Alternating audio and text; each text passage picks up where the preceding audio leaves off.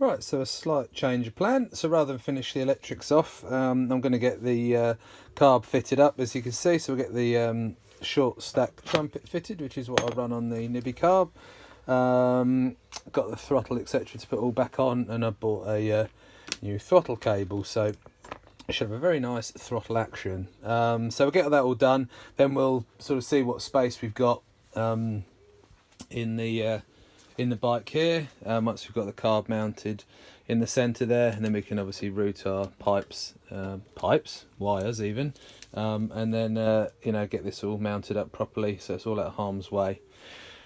So to the carb, Batman. So that's the carb all ready to go. So I've got the throttle cable in the slide, re-thread lock the grub screws here, because again these do tend to fall off if you don't.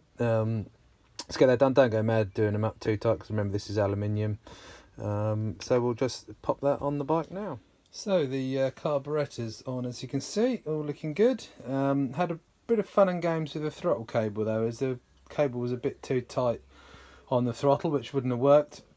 So what I've done is, on the adjuster here, I had to take away the little collar there, because the cable was basically too tight. So I don't know if this throttle's not correct or whatever. I'm really not too sure, to be fair, but obviously with China's finest you do get these odd things crop up now and again. So anyway, I took the little adjuster lock nut off, and which still didn't give me enough free play on the cable here. So I had to carefully, as you can see there, Dremel this off, and basically reduce the amount of thread going into the throttle tube itself, like so, and basically wound that through.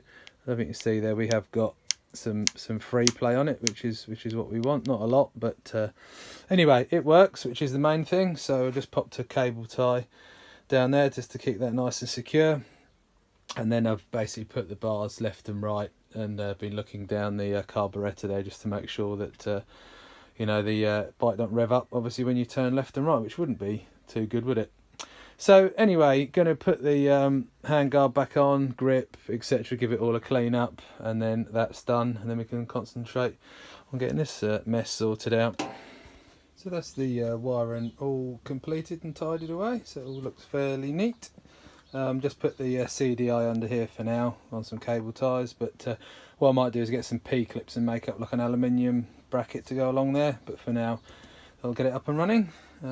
So what's next? Oh yeah, the throttle's all done, as you can see. Handguard's back on. That's all ready to go. So what we've got to do next?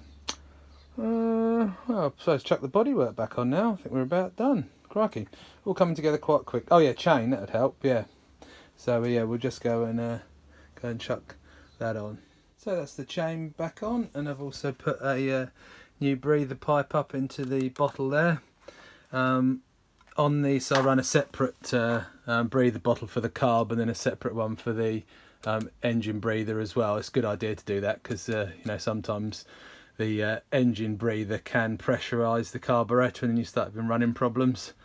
And you know, when you do put your lines into the bottle, make sure they've obviously got plenty of free play and they're not being pinched up together. So you know, if this kinks, then you're into all sorts of running issues as well. So we'll just get the bottle mounted up down here somewhere, and bring the other overflow from the other side down into there as well. So that's the catch bottle back on, and next little job we've got to do is to just re-drill the dipstick there, and basically just use a RC car body clip just to pop in there, so you don't have to keep lock wiring it all the time. So just pop a hole in that, and that's done. Oh, there it is. That's that done.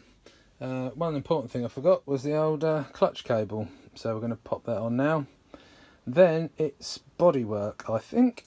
I'll just check the bench, see what else we've got left from the when I took it to bits. But yeah, I think we're nearly there. Right, so there you have it. It's all back together and ready to rock and roll. I had to put some new fuel line on it, as it was a bit tight with the carb in a slightly different position from the old one, but dusted it off, given it a bit of GT85 love, and it's all ready to rock and roll. So we'll drag it outside tomorrow and fire it up, but I had to fettle the wiring a little bit to get the tank unit to fit properly, but it's all quite neat and tidy. So there we have it, and there's my lovely new engine.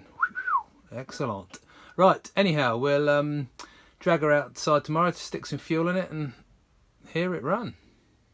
Hope you've enjoyed the build so far, and I'll catch you tomorrow.